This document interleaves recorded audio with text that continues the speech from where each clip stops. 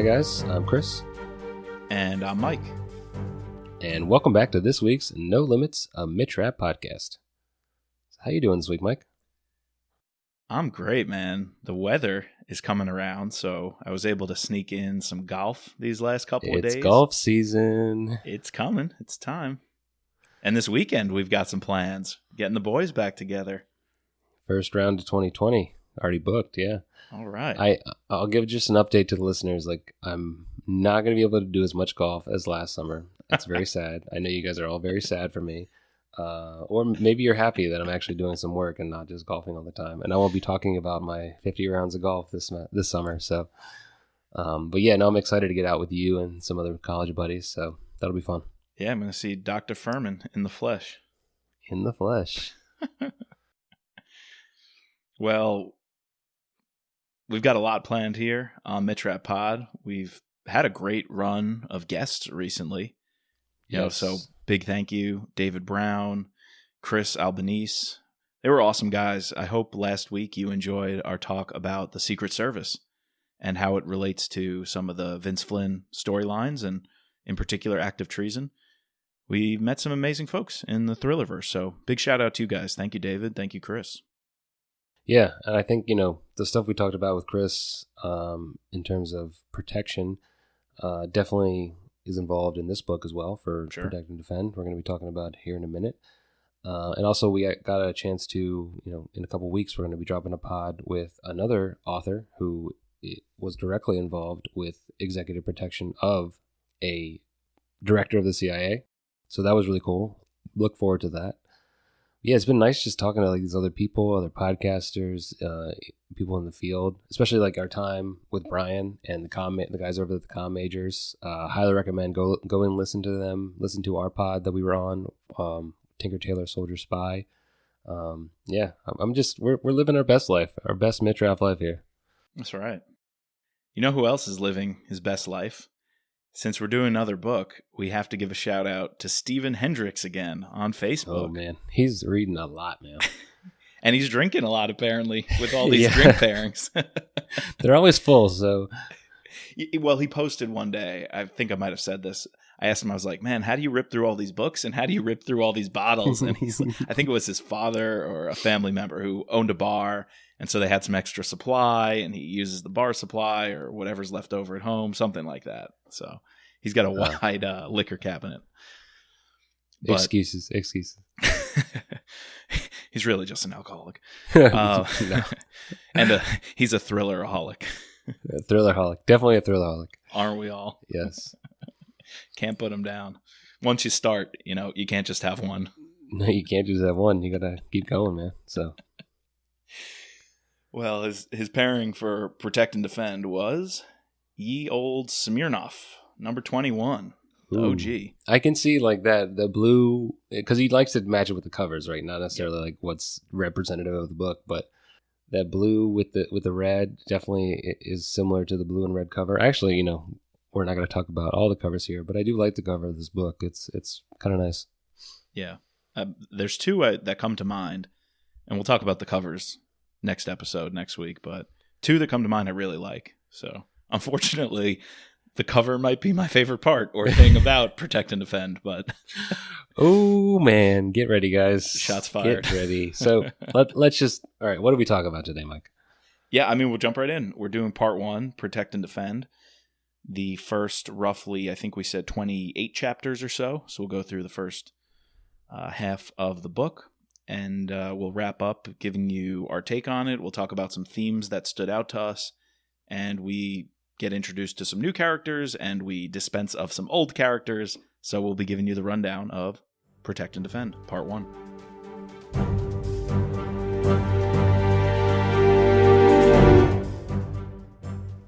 So we got to kick off the pod, our book pod, by giving us a Goodreads score.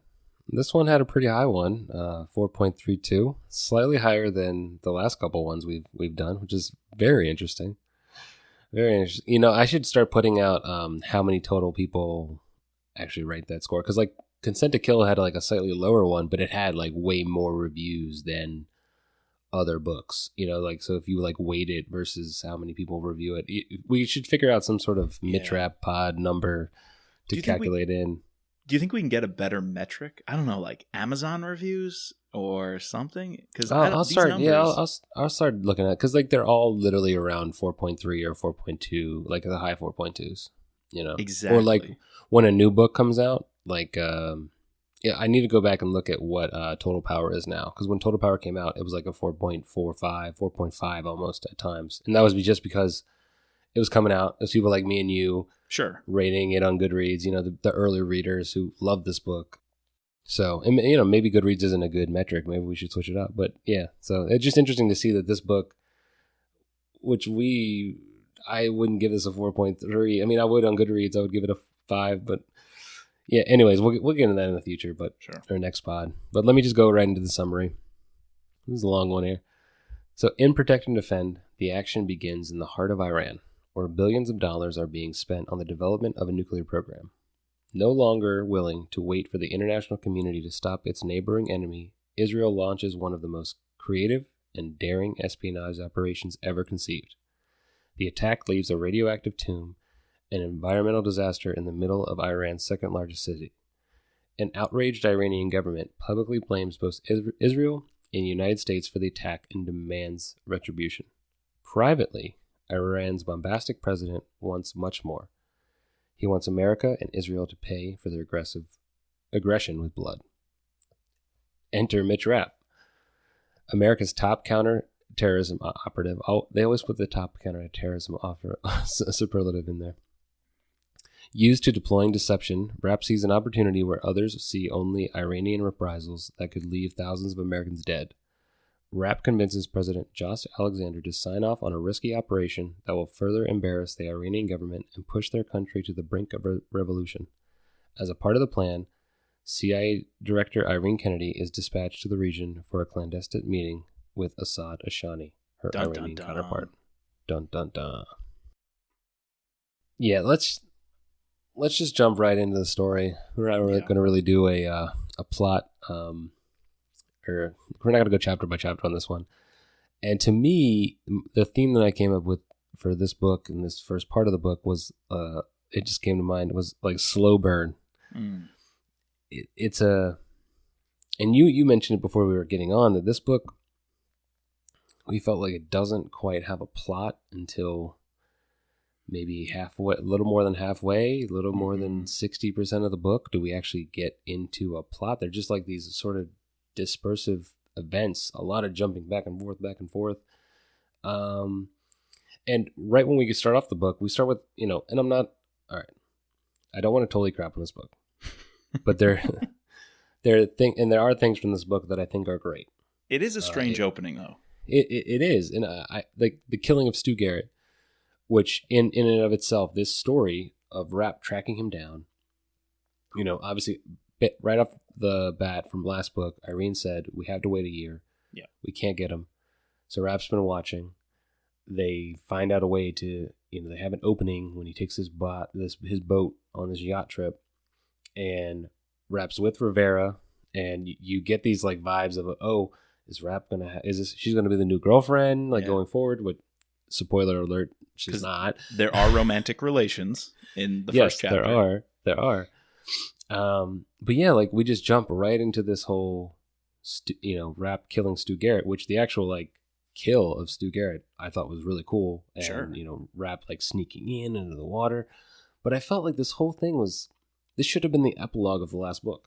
Yep. You said that. You said that when we finished Act of Treason, and I'm going to agree with you now. I didn't at first, but this whole scene would have been a great epilogue when Kennedy says, wait a year.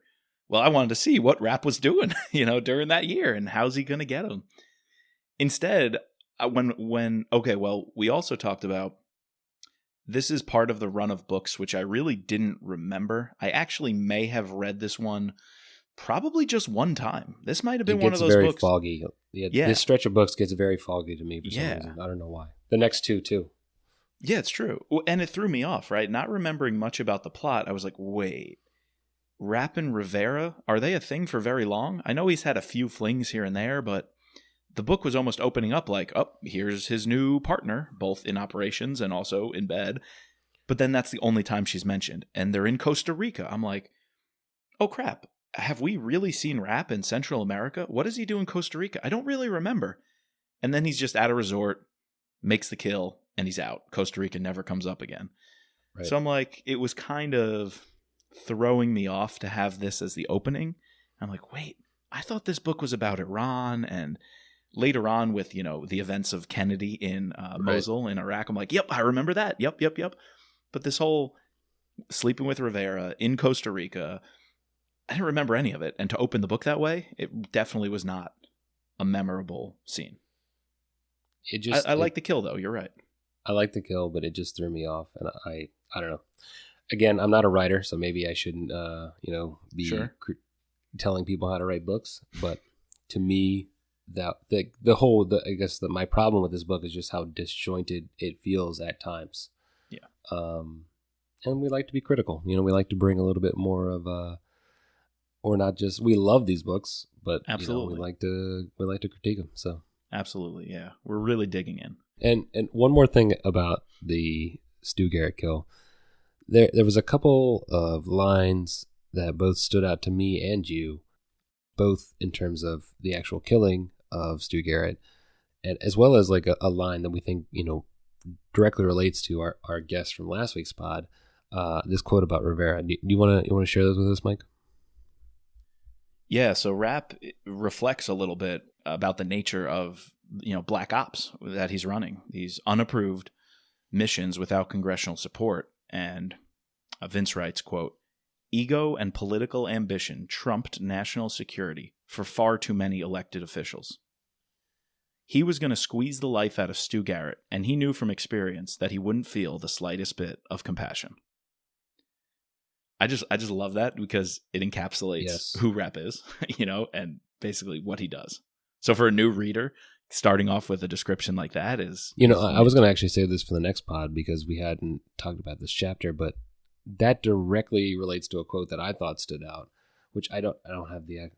I listened to an audiobook, so I don't have the actual quote, but it was this line where Rapp says he gets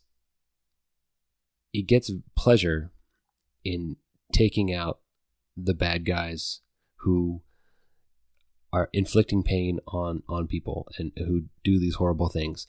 And that one, not only did it clarify to me what Rapp's character is, and he doesn't, there's been a couple times where Flynn is like, or at least once, where he had this weird, where we thought he was saying that Rapp actually enjoyed sadistic. No, that's not, he's not sadistic. But he does enjoy, taking these guys out who are so, bad. And, he says if it has to be from a long shot, okay. If it has to be a bomb, or, dropping an air bomb, so be it. But he prefers face to face so he can look the motherfuckers in the eye and know that their puny existence is almost over. And he looks Stu Garrett in the eye, and so he could see the reaction in his face. He's like, that recollection when Stu's like, "Who are you? Oh shit, you're Mitch Rapp. You're gonna kill me." Yep. I think though, because lines like that was in this book struck me too, because it kind of might make the pendulum swing the other direction, where we're always saying, Rapp is actually pretty noble. He's not just some cold-blooded killer. But at the same time, the way I see it is the pleasure from the kills is more because he's thinking about the victims or the potential victims that he just protected.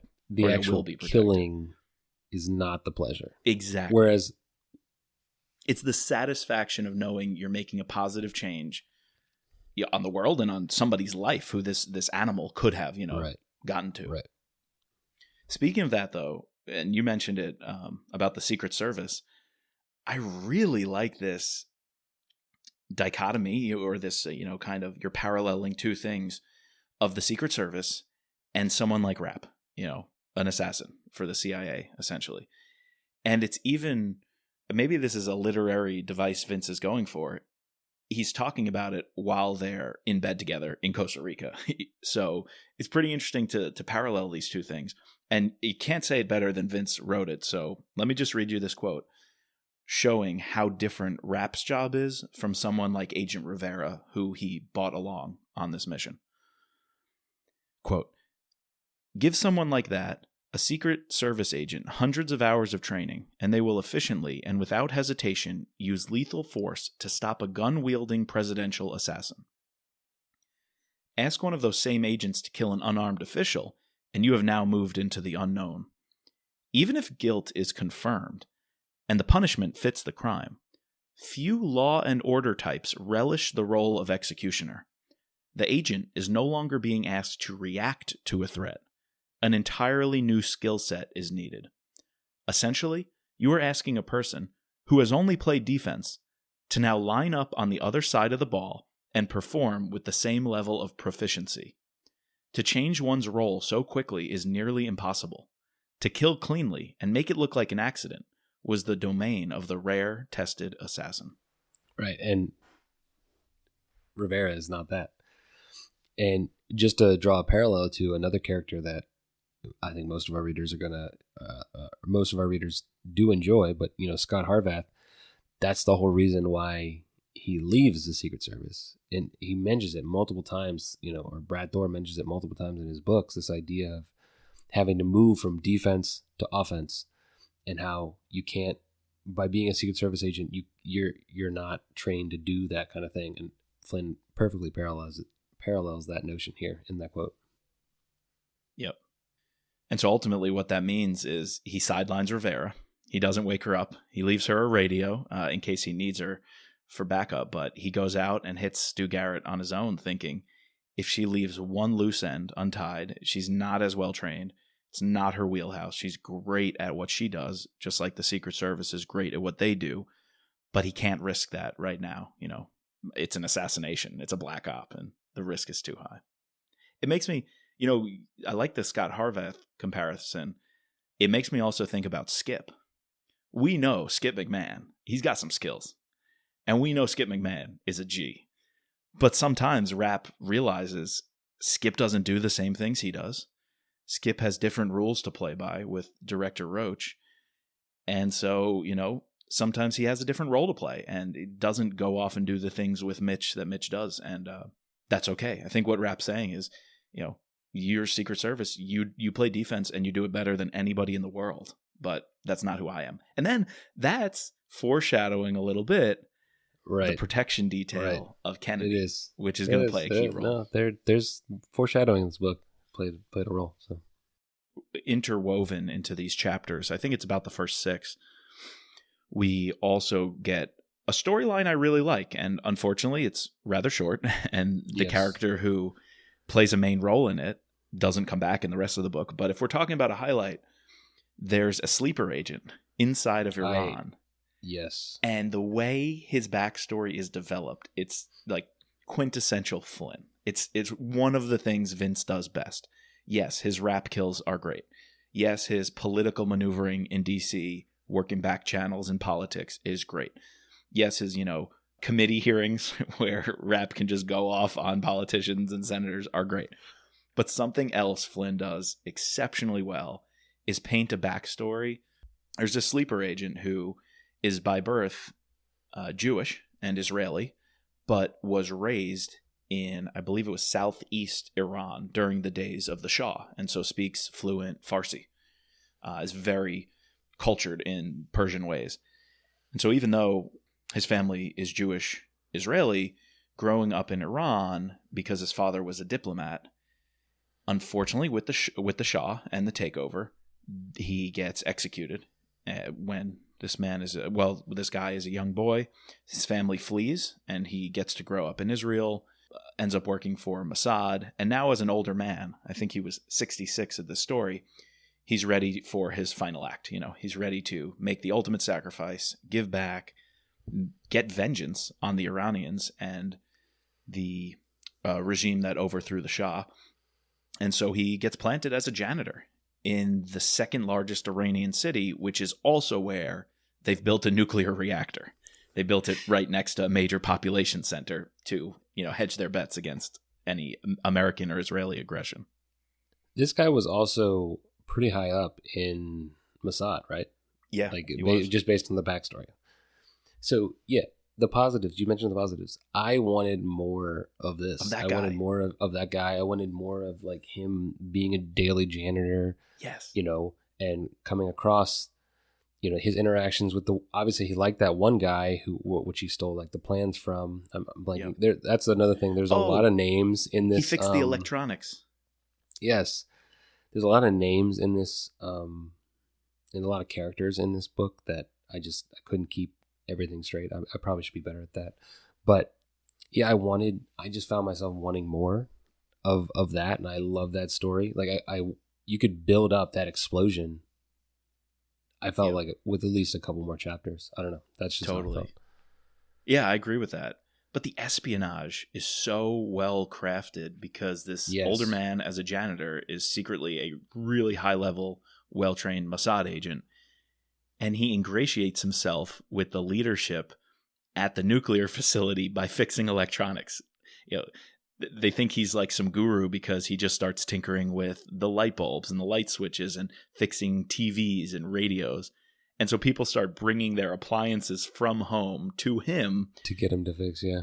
And so he's, indispensable, even though he's just a janitor who no one's going to remember that, his importance. He ends up being well liked by all the guys. One of the higher ups has him over to his house. He invites him into his house, and he's just a lowly janitor. I just think that's a perfect cover. And talking slow burn, what a good fit, because his whole life has been leading up to this, from growing up in Iran, adopting Persian culture and language. And so even as an old man now, the way he's going to get revenge is a slow burn. That was pretty much his life story. It's pretty cool. Yeah. And like the little tidbits that, because he's he's a curious guy. That's his like persona and I guess he also is in life, but that's what his persona that he went with the whole, tinker guy who fixes things. When he went into his boss's facility and he had like the plans out, just by glazing at him, the boss didn't think that, he's trying to steal information. The guy just said, this guy is someone who would want to like see these things because he's a builder and type stuff. So then he started to explain the whole thing, and he was able to get pictures, and he was able to use his cover of, to bring in these tiny little bombs and put them into the lighting.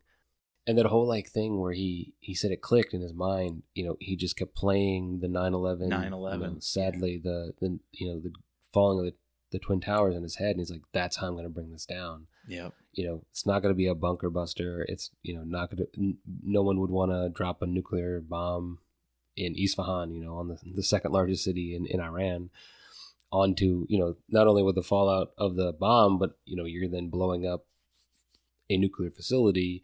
So, not even Israel would do that. And it led to this. It was a great plot, and then boom, the bomb goes off. And Chapter 6 or 7, I think the facility implodes. And at the last minute, this janitor, I think Adam Shoshan was his actual Israeli name.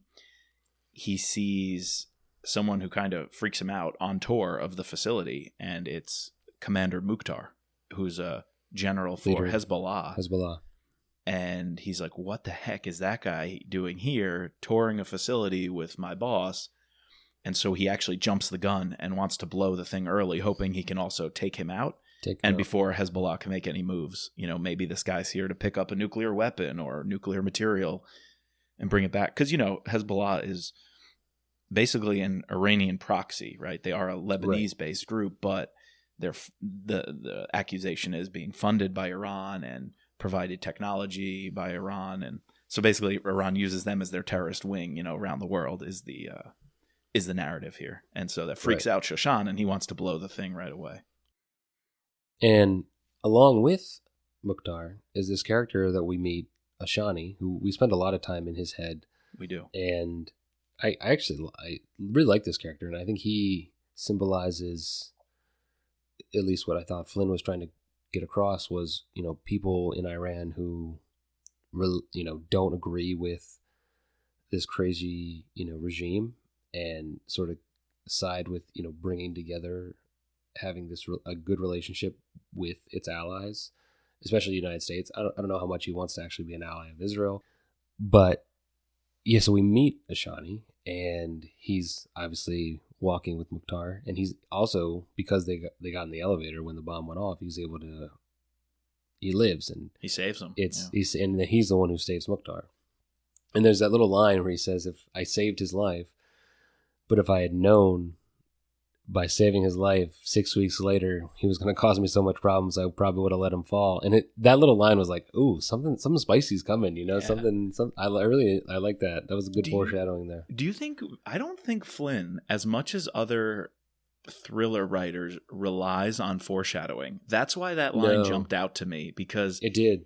It doesn't often happen in these books, which is a good thing. You know, some thriller authors, their craft is the foreshadowing. Like, you end a chapter and you need to keep going. I feel like for Flynn, you end a chapter because you're generally interested in the story. Like, an Iranian nuclear reactor blew up and they're blaming the U.S. Like, I want to know more. You don't need a little one-liner to get your attention.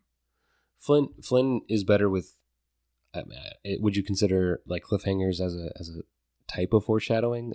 Maybe, like, but he's very good at ending chapters on a quote unquote cliffhanger. Not all of them are bombs or literally bombshells, you know, but a lot of them are, you know, these sort of endings to things that make you want to proceed to the next chapter, or you want to find out what's coming, right? So, as opposed to, like you said, that's funny that you said that, because it also stuck out to me. Like, he doesn't often say something like that. It's going to not take place in the next chapter, but, you know, the next 30 chapters that doesn't come into play.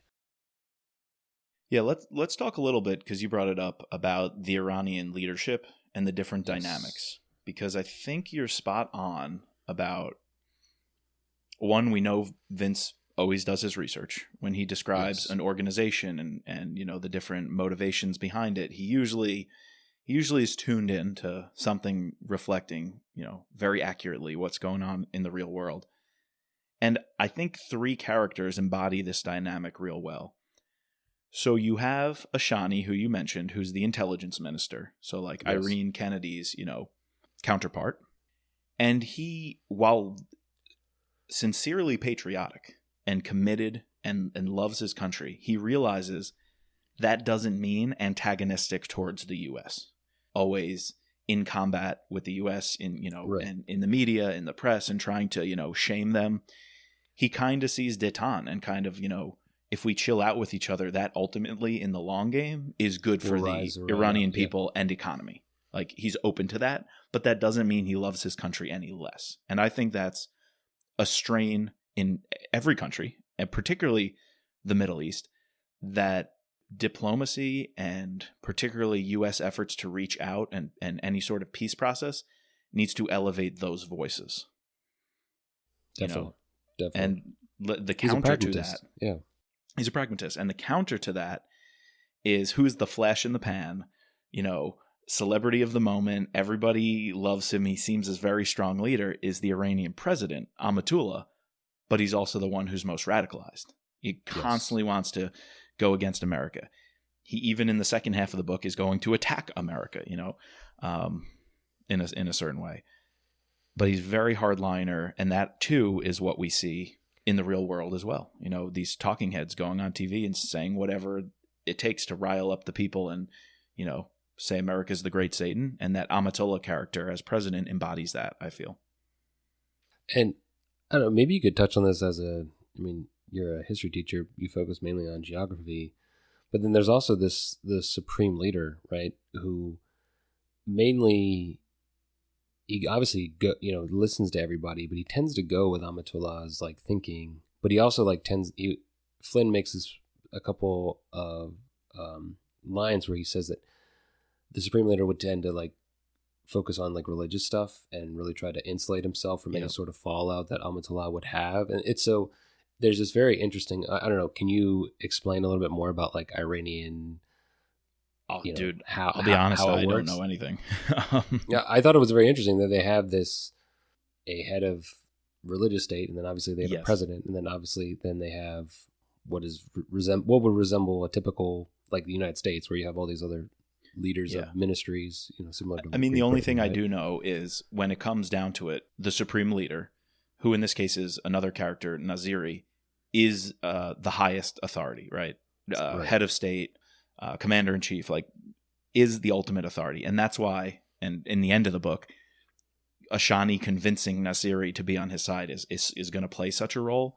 But at the same time, that person may not have the day-to-day sway in the transactional piece of government and the transactional piece of running the ministries than the president would have, or the other cabinet ministers would have.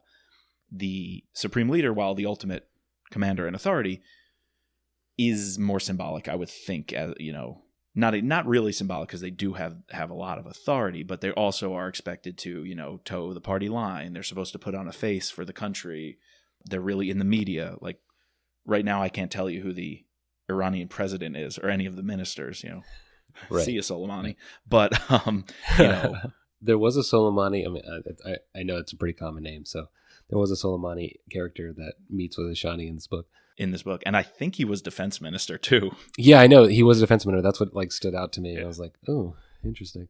But yeah, I think the whole purpose of having the president and Ashani there is to show this dichotomy between two factions that one could argue are, we're getting really deep political in this podcast, but one could argue are tearing apart, various countries in the Middle East, and you would need to, if you want to have some sort of stability, you definitely need to have people like Ashani rise up and be the voice of reason. Yeah. So Flynn always likes to give us a political lesson. I feel like, sure, not always, but oftentimes he will throw that in, and purposely he shares his viewpoints and what he thinks is the right way forward, and I enjoy that. Because that's one of these things. These books are fun because it's about a badass killer who's going to take down, save the day. But this book has layers. These books have layers, and you can learn history, politics, different kind of things. I mean, obviously, you don't want to get all your politics from Vince Flynn books, but or all your history lessons. But anyways. Whatever you learned in school is wrong. Pick up some thrillers. You'll be good to go.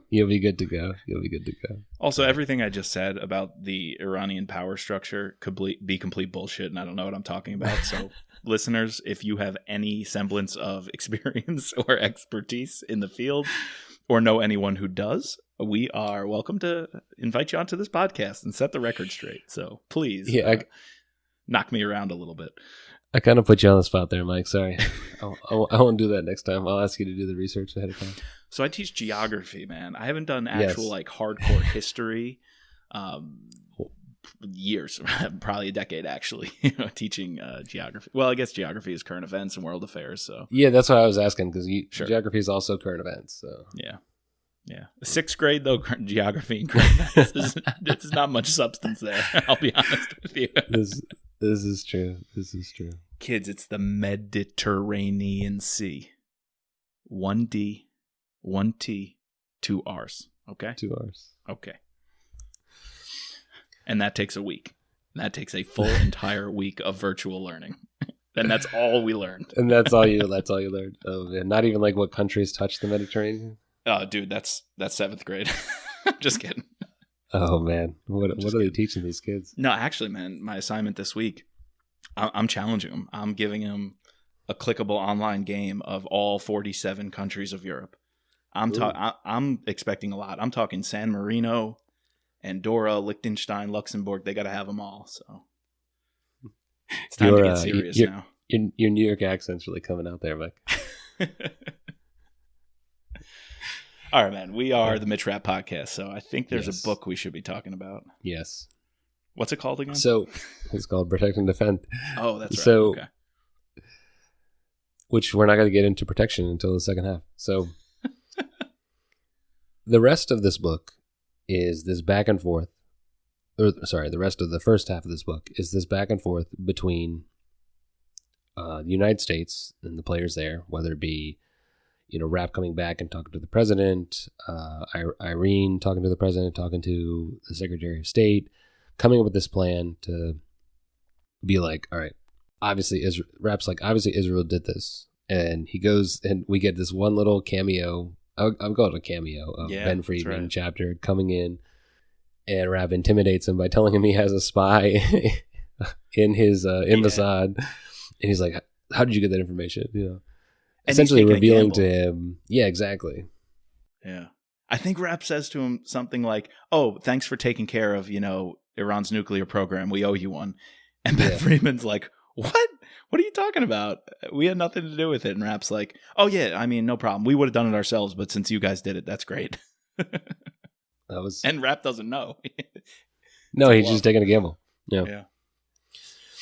And then on the other side is obviously all these players we were just talking about in Iran, and how they're blaming us and how they're going to get back at us. And so the two plans that we get are from America.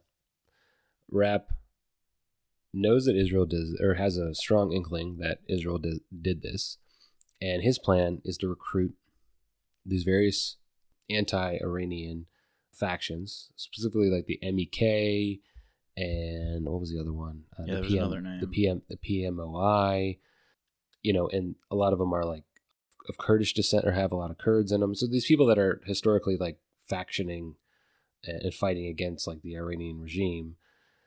He wants to get them involved, and at the same time have the Secretary of State go to the UN and say that we're not the ones, because over in Iran, their plan is to blame this on the US, blame this on Israel, and they come up with these various demands, which we'll touch at the very end. And so the Secretary of State Wicca is saying, this was not us. And then they show a video, which was Rapp's plan to have a leader of the MEK, or supposed leader of the MEK, claim that they actually did this attack. Were responsible, yeah. Can I ask? And so do you buy just this that? buildup of these two things. Do you buy it? Because I'm kind of torn on this, where it makes sense that these various groups that have been isolated from their home country, Iran, and actually want to team up with someone like an Ashani to take back their country eventually. I believe that they're living in exile in Iraq or southeastern Turkey or perhaps Syria. Now they're caught up in that conflict. Or they're working with the Kurds, they're embedded with them. Right. I buy that those groups exist. A lot of people who in the revolution in 79, had to flee and still long for a moderate Iran. But my issue is, would they be so quick to claim this attack? I feel like they'd be really vulnerable. Of course, someone like Rapp and other CIA elements are giving them their back. Like this guy Masood, who actually films the video, is really close with Rapp. You can tell they've been in the shit together, and they have each other's backs and the backing of the US. And we've been defending the Kurds for so long, but at the same time, I think they can get squashed like a bug. And like Iran is clearly on the warpath. They're out to get somebody. If I were the leaders of these groups, I'd be like, America, you might be able to take that and play those games. We're gonna get crushed by them. So I don't know if they'd be so quick to claim responsibility for an attack of that magnitude. Yeah, that's an interesting point. I didn't think about that, because that you're putting these two groups who obviously are on the fringes, right? And they're going to now be public enemy number one by claiming responsibility. And it's not like they have, like, sure, Rapp is there to, but do they have the full support of the United States? Like, if Iran was to go in and want to try to is the United States willing to wage war for these people? Exactly. I'm going to say probably not. And they know that. Probably they know not. We'd be wishy-washy. Especially after Iraq, they know we're not going to commit to a long-term battle and really get in the trenches and defend them. So I don't think that they would go along with this. Same. But this Masood is gung-ho to make the video, put it out there. He's like, my people are going to love it. I think that's interesting, because Masood doesn't seem to be... We got a very brief backstory on him. Something like, we're with Stilwell, who I like Stilwell, this like CIA station chief. He's an interesting little, side character. But yeah, essentially like he takes over this, once Saddam was obviously removed from Iraq. He essentially takes over all of Saddam's like businesses, right? And is an arms dealer and whatever. So he's obviously like a top shot guy. And he says like, I speak for the MEK. So, but is he the actual leader of the MEK, or like he's just so powerful that he can speak for them? Like that's what makes me think that these, I don't know, that little part is very unrealistic. Yeah. And it makes for an okay story. I mean, I can see why. Yeah, no, it makes for an okay story. Yeah. There are other things within the Flynn universe and these stories that I buy a lot easier. And, like I rarely think about these stories and go like, it's probably not realistic. And this is one of the moments where I just wasn't sure. Well, I guess we could transition to the other side. How realistic do you think the demands that Iran put out, in the sense of they say, all right, you did this. We want, one, they want like a bunch of money, right? They want money, yeah. Two, they want Israel to like open up their nuclear program to be investigated. And then they drop the bomb, which, the big one. where we're sort of the chapter we're ending on is everyone's watching, and they say, we're giving you 48 hours to meet the previous demands, or else we're going to shut down the Strait of Hormuz. Yeah. And they're asking the entire U.S. Fifth Fleet to pull out of the Persian Gulf. Right. Which is a crazy ask. And then Rapp has this interesting, that's like a crazy demand. And right after, as Rapp is like watching this, we get this brief little like, I don't know, exposition or explanation about how territory, it's international waters, like that's the definition of it. Anyone has right to that. Your property ends like 12 miles off the coast, and so technically the Strait of Hormuz is nothing, and Iran won't do it. But I think that we get that line because Rapp is like, everyone knows this, but are they actually going to do this? Like, they might do this. Yeah. They might. This guy might just be crazy enough to do this. Another layer of this. So those demands come out at the UN. It seems like they're garnering some support. Like there are hints of like, well, China and France and a few others are actually going to say, okay, which one also didn't seem too believable to me, but that's a side note. So let's imagine this is actually getting attention. Let's go inside the mind of the new administration. You got to remember, because this is the component we haven't gotten to yet. President Alexander, he's new. He's new at the job. Right. This would really be his first test of international affairs. And we learned in the campaign that was his weakness. That was, or at least his perceived weakness in the election. And with Mark Ross gone, we haven't heard much about if he takes foreign affairs seriously enough to, appoint a vice president or someone else who will be more of a hawk on that. But thankfully, in his cabinet, I think this is thinking winners and losers we always talk about. One of the winners is Secretary of Defense England. This dude. Oh, yes. Yeah, the business guy. He's advising Alexander, you can't take any shit from these guys. This is your first test. You want to come out strong. We're not caving to any demands. And so I kind of like our first glimpse into the Alexander cabinet. They're going to also like Wicca. Secretary of State Wicca, she's going to have her moment at the UN pretty aggressively to push back on Iran's demands, and she does so with evidence. So yeah, you got Secretary of State Wicca, Secretary of Defense, I think it was England, right? Yes. And then, we didn't mention this, there's a few chapters where Alexander invites Rapp to meet with him privately and tells him, I'm pretty much giving you carte blanche. Alexander does tell Rapp, I don't want you to stop these missions. I know about the Black Ops you and Kennedy run. I'm actually going to ask you to keep doing that and expand on those, which was a total curveball because we weren't sure what to expect with the new Alexander administration. He even mentions that, Hayes told me to use you well, or, yes. I forget the phrasing, but essentially, and then he's like, maybe use is a bad term. Deploy is a better term. But deploy, I think that's the word. And Rapp's like, where is he going with this? And then as soon as he gets it, Rapp's like, ooh, I like where he's going with this. He's going to actually use me to my full extent.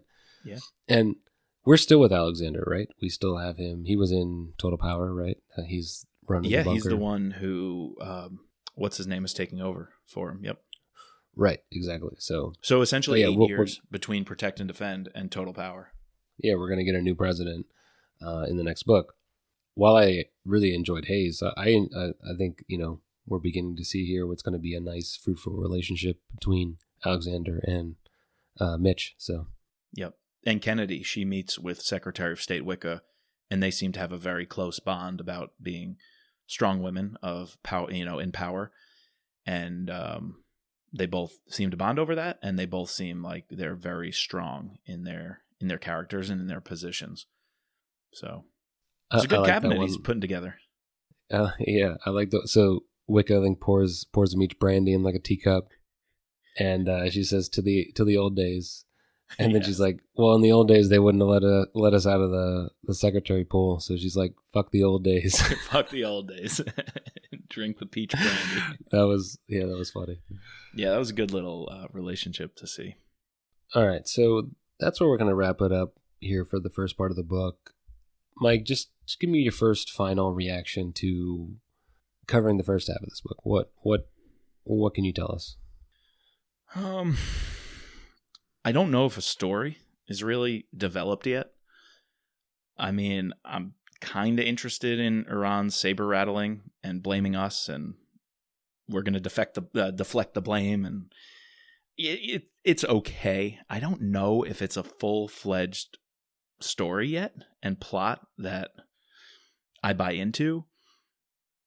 And then, so the second half is going to need that, and boy, do we get it. So while we were a little negative here, I think the plot develops big time in the second half. The second half of this book can almost be a novella in itself, and I'd be okay with that. I'm still waiting for something. I'm still waiting, and we don't get much action. Sure, we get the facility blowing up. That was cool. I haven't seen Rapp do anything yet. Stu Garrett's kill, but in terms of this plot line, I haven't seen the action. Right. Yeah, and I don't know, it could be just the nature about how we break down these, we do these pods in 2 parts, but I've never felt like we were not straining, but like the only other book that we were like this down on was Executive Power, but the whole first half, we were down on that because it had 2 plots, like the whole first part of the book. Yeah, exactly. We had a lot of action in the first part, and then we had a whole different story in the second part. Whereas here it's, I don't know, maybe it could be just we picked, our format doesn't do this book justice, but I felt, it just felt a little disjointed, and the Stu death sort of just seemed thrown in there. I would have preferred it in the last book, and more like elements of this book I just wanted more. I found myself wanting more of. So yeah. I guess one more tease, though, to tease out the positives. There's a submarine plot that's coming. Totally new for Vince. I don't think we've seen much in terms of naval action. And this submarine storyline is pretty baller how it plays out. So next reminded episode... me of of the Tom Clancy novel, like The Hunt for Red October. October, yeah. I'm thinking, what was it, U-571? Was that the movie? Yeah, that was the Widowmaker. Yep. I think to see Vince dabbling in that, and maybe we'll critique it because it wasn't a whole lot and it happened rather quickly, but while it was happening, it was awesome. So lots of good stuff, great content coming next week. And also next week, we got to talk about the covers. So, there's going to be some good discussions, some more positivity coming next week at you.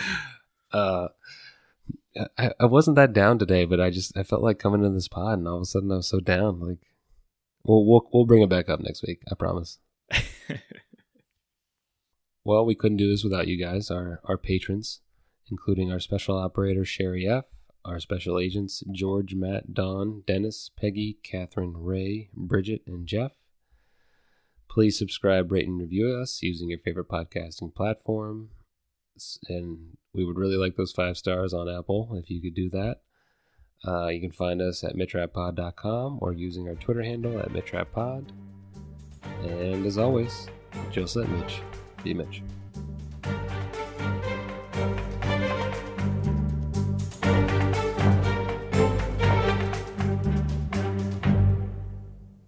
Just a disclaimer, this podcast is not affiliated with Vince Flynn, Kyle Mills, or Simon & Schuster, but thank you to them for bringing us the wonderful world of Rapp.